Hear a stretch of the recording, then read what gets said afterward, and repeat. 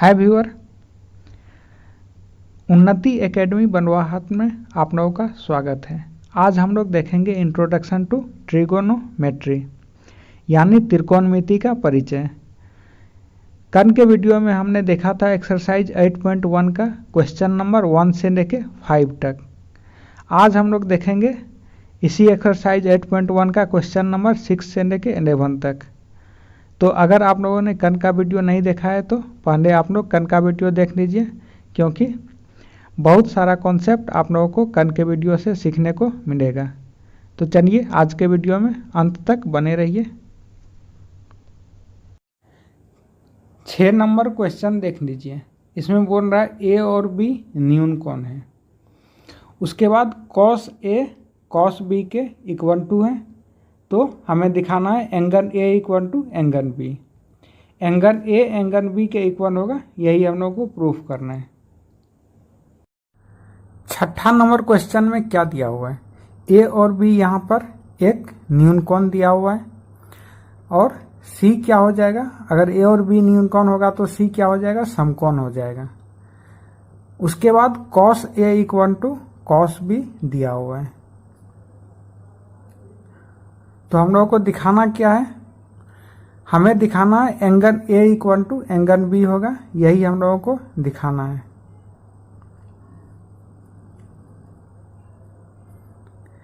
यही हम लोगों को दिखाना है।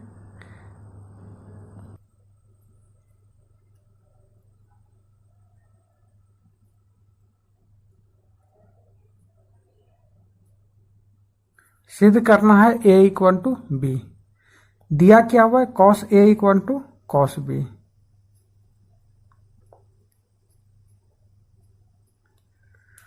पिछले वीडियो में हमने आपको बताया था कॉस थीटा इक्वल टू क्या होता है, आधार बाय कर्ण। तो ए के लिए आधार क्या हो जाएगा, एंगल ए के लिए आधार हो जाएगा ए सी। और कर्ण क्या हो जाएगा, कर्ण तो हमेशा ए बी ही होता है, कर्ण फिक्स होता है, वो कभी चेंज नहीं होता है। लेकिन एंगल के अकॉर्डिंग आपका आधार और लंब चेंज हो जाएगा। अब कॉस बी है, कॉस बी के लिए आधार क्या हो जाएगा, बी सी हो जाएगा। B C upon A B. अब ए बी यहां पर भी है, ए बी यहां पर भी है, दोनों कट जाएगा। ए सी इक्वल टू बी सी। ये ए सी साइड जो है ये बी सी साइड के इक्वल हो जाएगा। और हम लोग क्या जानते हैं, अगर दो साइड इक्वल हो तो वो समद्विबाहु त्रिभुज बनाता है। और अगर दो साइड इक्वल है तो उसके सामने वाला एंगल भी इक्वल हो जाएगा। मतलब ए सी के साइड वाला एंगल बी और बी सी के साइड वाला एंगल ए, ये भी इक्वल हो जाएगा। Angle A equal to angle B यहां से हम लोग लिख सकते हैं, यह प्रूव्ड हो गया। 7वां क्वेश्चन अब हम लोग देख लेते हैं। 7वां क्वेश्चन में दिया हुआ है कॉट थीटा। कॉट थीटा का वैल्यू 7/8 दिया हुआ है। तो हम लोगों को मान पता करना है 1 plus sine theta 1 minus sine theta 1 plus cos theta 1 minus cos theta. पहला क्वेश्चन ये है और इसी के अंदर दूसरा क्वेश्चन है कॉट स्क्वायर थीटा, इसका भी मान पता करना है। यही क्वेश्चन है, यहाँ पे कॉट थीटा का वैल्यू दिया हुआ है 7/8। उसके बाद 1 plus sine theta 1 minus sine theta, इसका वैल्यू निकालना है और कॉट स्क्वायर थीटा का वैल्यू निकालना है। तो पहला क्वेश्चन देख लेते हैं, इसका सॉल्यूशन। कॉट थीटा का वैल्यू दिया हुआ है 7/8 और हम लोग क्या जानते हैं, कॉट थीटा इक्वल टू क्या होता है, आधार बाय लंब। कल के वीडियो में मैंने ये आपको बताया था। यहाँ पे आधार क्या हो जाएगा, 7 हो जाएगा, लंब क्या हो जाएगा, 8 हो जाएगा। यहाँ से हम लोग कर्ण निकाल सकते हैं क्या, कर्ण इक्वल टू क्या होता है, रूट अंडर आधार स्क्वायर प्लस लंब स्क्वायर। आधार का वैल्यू कितना है 7, लंब का वैल्यू कितना है 8।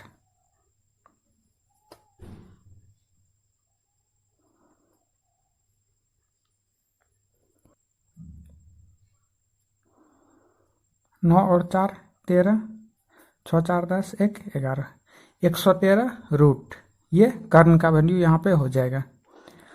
अब हम लोगों को वैल्यू चाहिए किसका, 1 plus sine theta, 1 minus sine theta, 1 plus cos theta, 1 minus cos theta. हम लोग यहाँ पे एक चीज देख रहे हैं, ये a plus B A minus B के फॉर्म में है, ये भी a plus B A minus B के फॉर्म में है। तो हम लोग क्या जानते हैं, a plus B A minus B क्या होता है, A square minus B square.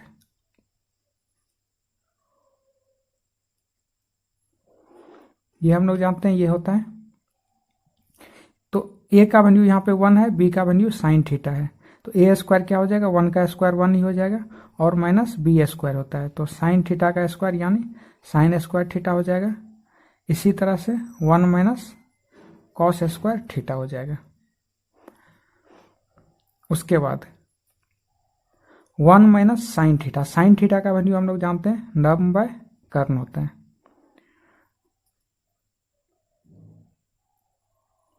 और साइन थीटा का स्क्वायर है तो ये हो जाएगा। इसी तरह से 1 minus cos theta, cos theta का वैल्यू हम लोग जानते हैं आधार बाय कर्न होता है।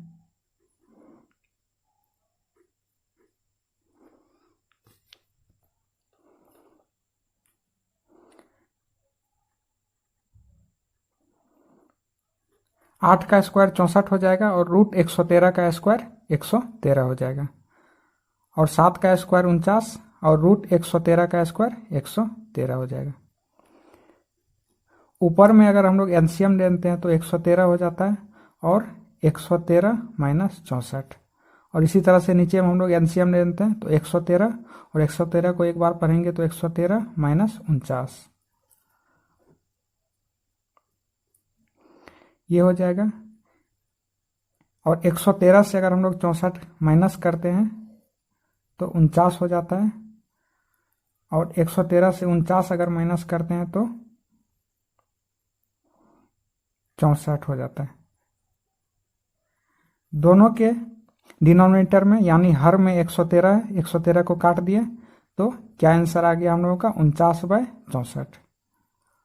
यही हम लोगों का आंसर है। इसी का दूसरा क्वेश्चन देख लेते हैं। दूसरा क्वेश्चन में था cot square theta. Cot square theta का वैल्यू हम लोग को निकालना है। कॉट थीटा का वैल्यू दिया हुआ था कितना, 7/8। ये क्वेश्चन में गिवन है, तो दोनों तरफ अगर हम लोग स्क्वायर कर देते हैं तो कॉट थीटा का स्क्वायर क्या हो जाएगा, कॉट स्क्वायर थीटा हो जाएगा, 7 का स्क्वायर 49 हो जाएगा, 8 का स्क्वायर 64 हो जाएगा। तो इसी का वैल्यू हम लोग को निकालना है। हो गया। 8 नंबर क्वेश्चन हम लोग देखते हैं। 3 cot a = 4 दिया हुआ है, तो हम लोग को जांच क्या करना है, 1 minus 10 square A divided by 1 plus 10 square A is equal to क्या हो जाएगा, cos square A minus sine square A. होगा या नहीं, यही हम लोगों को चेक करना है। तो चलिए इसको बनाते हैं। यही क्वेश्चन दिया हुआ है, 3 cot a = 4 दिया हुआ है, तो हम लोग यहाँ से लिख सकते हैं cot a = 4/3। cot a को हम लोग 4/3 लिख सकते हैं। तो हम लोग क्या जानते हैं, cot थीटा = क्या होता है, आधार बटे लंब। तो 4 क्या हो जाएगा, आधार हो जाएगा, और लंब कितना हो जाएगा, 3 हो जाएगा। तो यहाँ से हम लोग कर्ण का वैल्यू निकाल सकते हैं। कर्ण स्क्वायर होता है आधार स्क्वायर प्लस लंब स्क्वायर, तो कर्ण हो जाएगा रूट अंडर आधार स्क्वायर प्लस लंब स्क्वायर।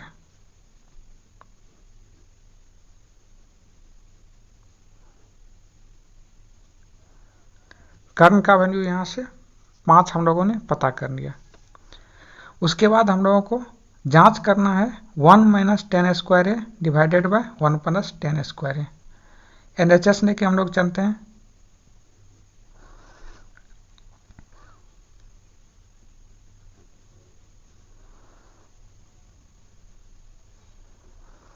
वन माइनस 10 स्क्वायर है, 10 थीटा हम लोग जानते हैं कॉट थीटा का उल्टा होता है, तो कॉट थीटा 4/3 है, तो 10 थीटा 3/4 हो जाएगा, और इसका स्क्वायर है तो स्क्वायर कर देते हैं।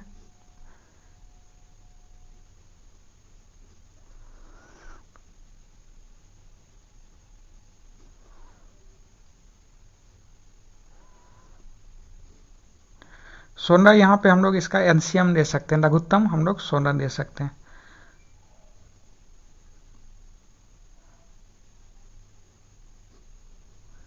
नीचे भी इसी तरह हम लोगों ने कर लिया।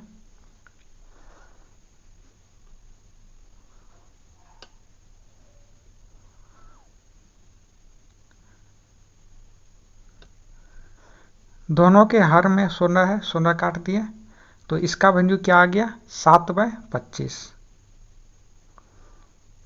एलएचएस का वैल्यू हम लोगों ने 7/25 निकाल लिया। अब हम लोग आरएचएस निकाल लेते हैं। आरएचएस में क्या है, cos square A minus sine square ए।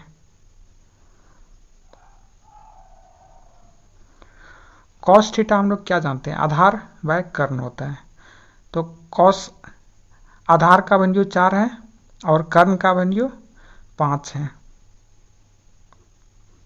इसका स्क्वायर कर देंगे। और साइन थीटा हम लोग क्या जानते हैं, लंब बाय कर्ण होता है। तो लंब का वैल्यू 3 है और कर्ण का वैल्यू 5 है।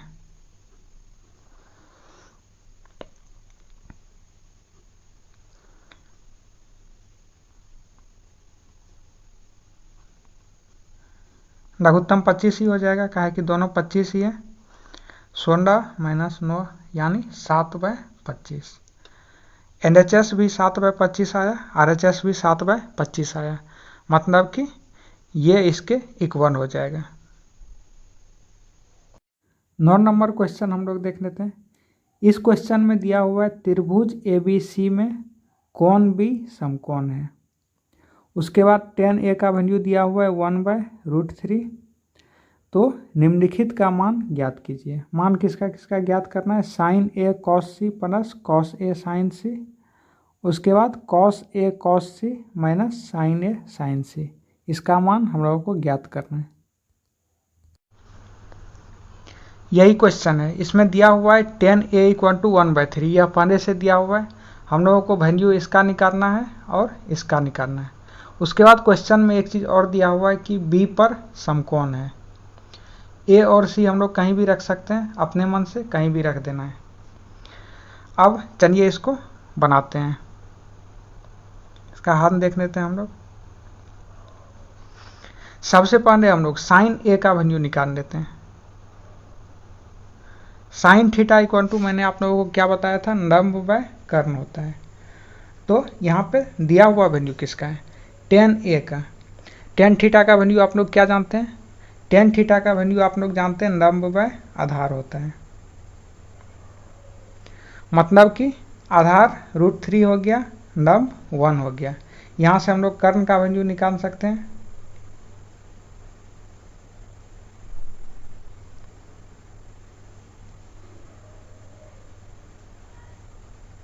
√3 का स्क्वायर 3 हो जाएगा, 1 का स्क्वायर 1 हो जाएगा। 2, कर्ण का वैल्यू 2 आ गया। अब हम लोग क्या जानते हैं, साइन थीटा = क्या जानते हैं, लंब बाय कर्ण होता है। तो A के लिए लंब क्या हो जाएगा, A के लिए लंब हो जाएगा BC। और ये tan A जो है, tan A के लिए लंब क्या था, 1 था और आधार क्या था, √3 था। और कर्ण हम लोगों ने निकाल लिया 2। तो अब देखिए साइन A का वैल्यू हम निकाल रहे हैं। A के लिए लंब क्या हो जाएगा, 1 ही हो जाएगा और कर्ण क्या हो जाएगा, 2 हो जाएगा। इसी तरह से cos C का वैल्यू निकाल लेते हैं। cos C = हम लोग जानते हैं आधार बाय कर्ण होता है। तो C के लिए आधार क्या हो जाएगा, BC हो जाएगा और कर्ण क्या हो जाएगा, AC हो जाएगा, यानी 2 हो जाएगा। अगर इस चीज़ में आप लोगों को कन्फ्यूजन हो रहा है तो पिछला वीडियो जो हमने बनाया था उसको आप लोग एक बार देख लीजिए। उसमें हमने समझा दिया था कि किसको लंब लेना है और किसको आधार लेना है। एंगल के अकॉर्डिंग हम लोग लंब और आधार चेंज करते रहते हैं, लेकिन कर्ण हमेशा फिक्स रहता है। तो ये 2 जो है ये कि किसी भी एंगल के लिए हम लोग देखें, चाहे C के लिए देखें चाहे A के लिए देखें, ये फिक्स ही रहेगा। लेकिन A के लिए अगर हम लोग देखते हैं तो A के लिए लंब हो जाएगा BC यानी 1, और C के लिए लंब देखते हैं तो √3 हो जाएगा, और A के लिए आधार देखेंगे तो √3 हो जाएगा, और एंगल C के लिए आधार देखेंगे तो 1 हो जाएगा। चलिए अब cos A का वैल्यू निकाल लेते हैं। कॉस थीटा हम लोग जानते हैं आधार बाय कर्ण होता है, तो ए के लिए आधार क्या हो जाएगा, √3 हो जाएगा, √3/2। और साइन सी का वैल्यू निकाल लेते हैं। साइन थीटा इक्वल टू हम लोग क्या जानते हैं, लंब बाय कर्ण होता है, तो सी के लिए लंब क्या हो जाएगा, √3 और कर्ण क्या हो जाएगा 2। तो अब हम लोग sine A plus cos C, sine A into cos C plus cos A into sine C का वैल्यू यहाँ से कैलकुलेट कर सकते हैं।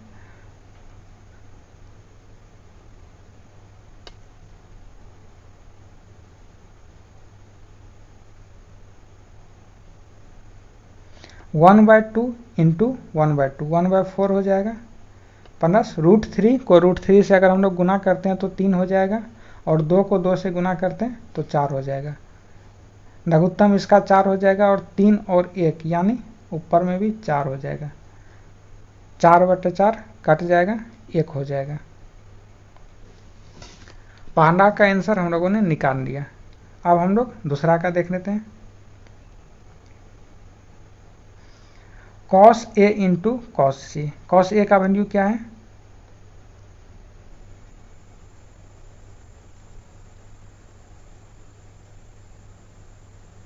कॉस ए का वैल्यू क्या है, √3/2 इंटू कॉस सी का वैल्यू क्या है, 1/2, और साइन ए का वैल्यू क्या है, 1/2, और साइन सी का वैल्यू क्या है, √3/2।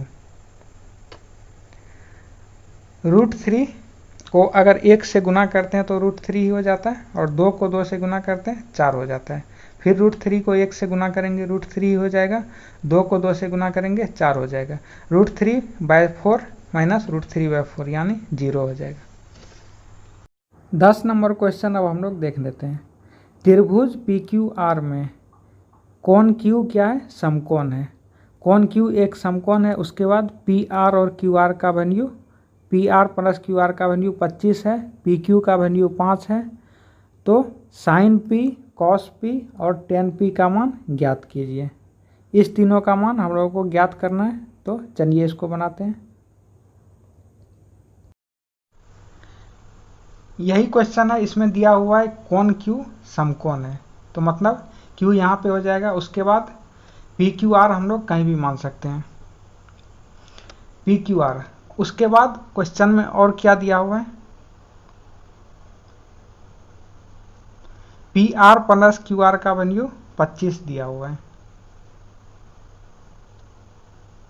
उसके बाद PQ का वैल्यू 5 दिया हुआ है,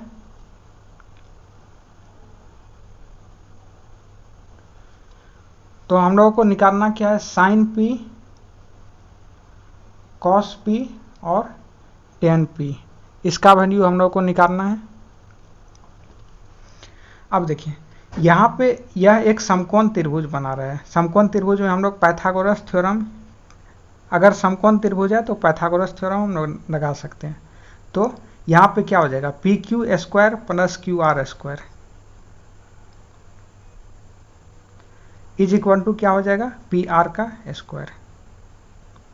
PQ का वैल्यू 5 दिया हुआ है, 5 का स्क्वायर बराबर कर सकते हैं हम लोग PR² माइनस QR²। 5 का स्क्वायर क्या हो जाएगा, 25 हो जाएगा। PR² माइनस QR² का वैल्यू कितना आ गया, 25 आ गया। ये A² माइनस B² के टर्म में है ना, अगर कुछ भी A² माइनस B² के टर्म में रहता है तो उसको हम लोग क्या लिख सकते हैं, A plus B, A minus B। इसी तरह से ये भी हो जाएगा PR प्लस QR और PR minus QR is equal to कितना हो जाएगा, 25 हो जाएगा। अब देखिए PR प्लस QR का वैल्यू कितना है, 25 है, 25 इंटू PR माइनस QR बराबर 25। 25 दोनों तरफ है, 25 से 25 एक बार में कट जाएगा। PR माइनस QR का वैल्यू कितना आ गया, 1 आ गया। अब PR माइनस QR का वैल्यू 1 है और PR प्लस QR का वैल्यू कितना है, 25 है। दो वेरिएबल है, दो अननोन है, हम लोग यहाँ से निकाल सकते हैं। कैसे निकलेगा, इसको हम लोग जोड़ देंगे। अगर हम इसको एक दूसरे को जोड़ते हैं तो QR और QR दोनों जगह है, कट जाएगा। 2PR, 2PR का वैल्यू कितना हो जाएगा, 25 1 26। तो PR का वैल्यू कितना हो जाएगा, 26/2 यानी 13। ये किसका वैल्यू आ गया, PR का वैल्यू आ गया। PR का वैल्यू आया मतलब विकर्ण का वैल्यू हम लोग को मिल गया 13। तो हम लोग QR का वैल्यू निकाल सकते हैं। कैसे निकाल सकते हैं, कोई भी एक इक्वेशन में हम लोग वैल्यू पुट कर सकते हैं, या तो इसमें या इसमें। इसी में पुट करते हैं, PR minus QR equal to कितना, 1 है। PR का वैल्यू कितना आ गया, 13 आ गया। 13 माइनस QR इक्वल टू 1। तो QR का वैल्यू कितना हो जाएगा, 13 माइनस 1 यानी 12। QR का वैल्यू कितना आ गया, 12 आ गया। अब हम लोग को निकालना क्या है, sine P, cos P, tan P। Value निकालना है हम लोग को साइन P का। साइन थीटा इक्वल टू हम लोग क्या जानते हैं, लंब बाय कर्ण। लंब का वैल्यू क्या हो जाएगा, 12, और कर्ण का वैल्यू क्या हो जाएगा, 13 हो जाएगा। कोस थीटा इक्वल टू हम लोग क्या जानते हैं, आधार बाय कर्ण। आधार क्या हो जाएगा P के लिए 5, और कर्ण का वैल्यू कितना हो जाएगा, 13। और टेन थीटा इक्वल टू हम लोग क्या जानते हैं, लंब बाय आधार। तो 10P, P के लिए लंब क्या हो जाएगा 12, और आधार क्या हो जाएगा 5। 11 नंबर क्वेश्चन हम लोग देख लेते हैं। इसमें दे रहा है कि बताइए कि निम्नलिखित कथन सत्य है या असत्य। कथन सत्य है या असत्य यह पूछ रहा है। उसके बाद कारण सहित अपने उत्तर की पुष्टि भी कीजिए।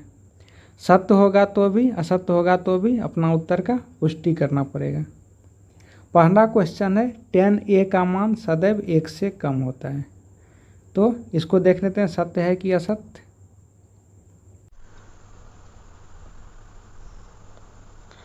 तो यह असत्य हो जाएगा। अब असत्य क्यों होगा, इसका कारण भी हम लोगों को बताना है कि 10A का मान 1 से कम होता है, यह असत्य कैसे हो जाएगा। तो 10 0 डिग्री का वैल्यू 0 होता है। उसके बाद 10 30 डिग्री का वैल्यू 1/√3 होता है। 10 45 डिग्री का वैल्यू 1 होता है। 10 60 डिग्री का वैल्यू √3 होता है। और 10 90 डिग्री का वैल्यू इन्फानाइट होता है। तो 10 थीटा का वैल्यू 0 से लेके इन्फानाइट तक कुछ भी हो सकता है। तो इसलिए यह असत्य हो जाएगा। अब आप लोग बोलिएगा कि सर हमें तो ये पता ही नहीं है कि 10 0 का वैल्यू क्या होता है, 10 30 डिग्री का वैल्यू क्या होता है। ये सब नहीं पता है, कोई दिक्कत नहीं। इसी के अगले चैप्टर में आप लोगों को ये सब चीज़ पढ़ना है, तो वहाँ पे मैं अच्छे से बता दूंगा ये सब चीज़ कैसे हो रहे हैं। फिलहाल आप जान लीजिए यह असत्य होगा।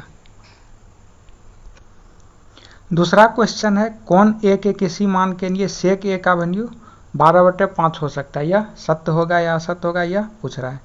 तो हम लोग क्या जानते हैं, सेक थीटा इक्वल टू क्या होता है, सेक होता है कॉस का उल्टा, और कॉस होता है आधार बाय कर्ण। तो सेक क्या हो जाएगा, कर्ण बाय आधार।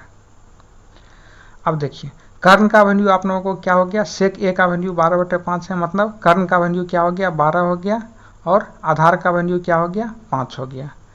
तो हम लोग क्या जानते हैं, कभी भी कर्ण का जो वैल्यू होता है आधार और लंब से ज़्यादा होता है। तो यहाँ पे लंब कितना हो जाएगा, लंब हो जाएगा 12 स्क्वायर माइनस 5 स्क्वायर। 12 का स्क्वायर 144 माइनस 25,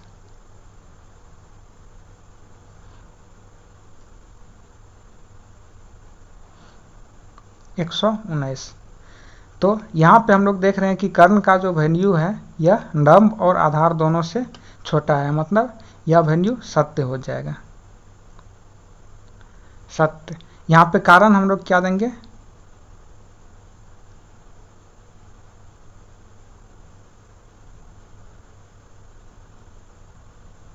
कर्ण का मान लंब एवं आधार से ज़्यादा है।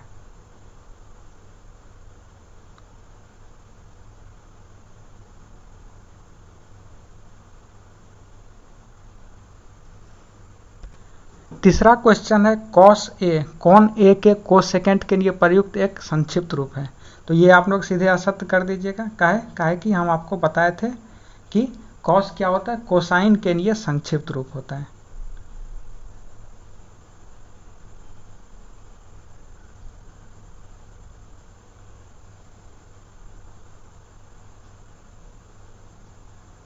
और कोसेकेंट का संक्षिप्त रूप क्या हो जाएगा? कोसेक हो जाएगा। यह भी हम आपको बताए थे।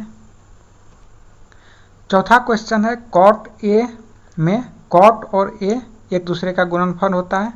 तो यह भी हम आप लोगों को बताए थे कि यह नहीं होता है, यह असत्य होगा। कारण इसमें क्या दे दीजिएगा?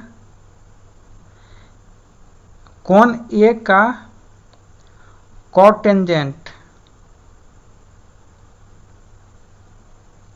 का अनुपात कॉट ए होता है। कोटेंजेंट का अनुपात कॉट ए होता है और ये कॉट और एक दूसरे का गुणनफल नहीं होता है। कॉट का एंगल ए, यह एंगल होता है और यह कोटेंजेंट होता है। पांचवा क्वेश्चन है, किसी भी कोण थीटा के लिए sine theta equal to 4/3। Sine theta हम लोग क्या जानते हैं? लंब बाय कर्ण। ये कितना के इक्वल हो जाएगा? 4/3। यहाँ पे लंब कितना हो जाएगा? 4 हो जाएगा। कर्ण कितना हो जाएगा? 3 हो जाएगा। हमने आपको क्या बताया था? कर्ण जो होता है यह दोनों बाकी दोनों भुजा से लंबा होता है, लंब और आधार से लंबा होता है। तो यहाँ पे हम लोग देख रहे हैं कि लंब 4 है और लंब से छोटा ही कर्ण हो गया, जो कि संभव नहीं है। तो हम लोग क्या लिख देंगे? असत्य। और कारण हम क्या दे देंगे? कर्ण लंब से लंबा होना चाहिए।